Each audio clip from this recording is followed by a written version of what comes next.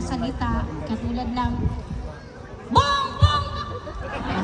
Ay, nakapag-practice na si Burlasoy. Kasi ipakita natin na nagkakaisa Ay. tayo at isa lang talaga yung Nakapag-practice na po, nakapag-practice na po. We do not wanna degrade kasi kahit ganun yun, kahit medyo ganun yun.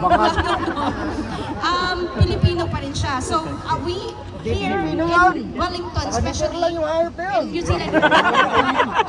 Pilipino, sino mo magkalibiran? Pilipino yan.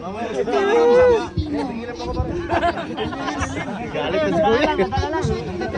Ayaw ko magpura, pero putang ina niya.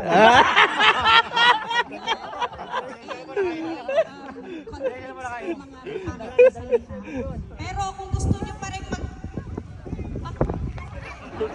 ilabas na yung Ilabas mo! Ilabas mo! Ilabas mo! Marcos Bangag! Kasi baka may nakakarinig kasi sa atin na outsiders. So yun lang po yung request ko. Thank you po! May help